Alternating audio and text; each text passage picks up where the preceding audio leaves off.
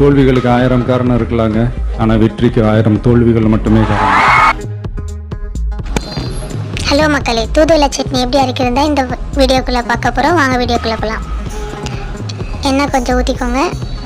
அதில் உளுத்தம்பருப்பு, சிறிதளவு மிளகு, அதுக்கப்புறம் கொஞ்சம் சீரகம் இதெல்லாம் போட்டுடலாம்.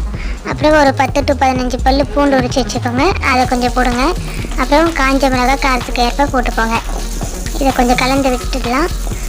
அதுக்கப்புறம் தூதுவளை எடுத்து அதில் கொஞ்சம் போட்டுடலாம். அதை கொஞ்சம் கிளறி விட்டுடலாம்.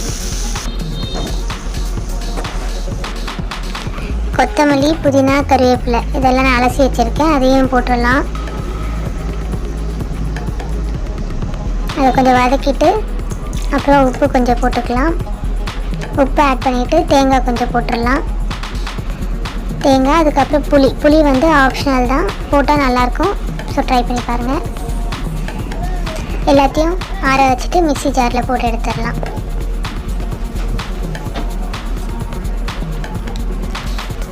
தூதுவளை வந்து இரும்பலுக்கு, சளிக்கு எல்லாத்துக்கும் நல்லது. குழந்தைங்களுக்கு ரொம்பவே நல்லது. கண்டிப்பாக இதை நீங்கள் ட்ரை பண்ணி பாருங்கள்.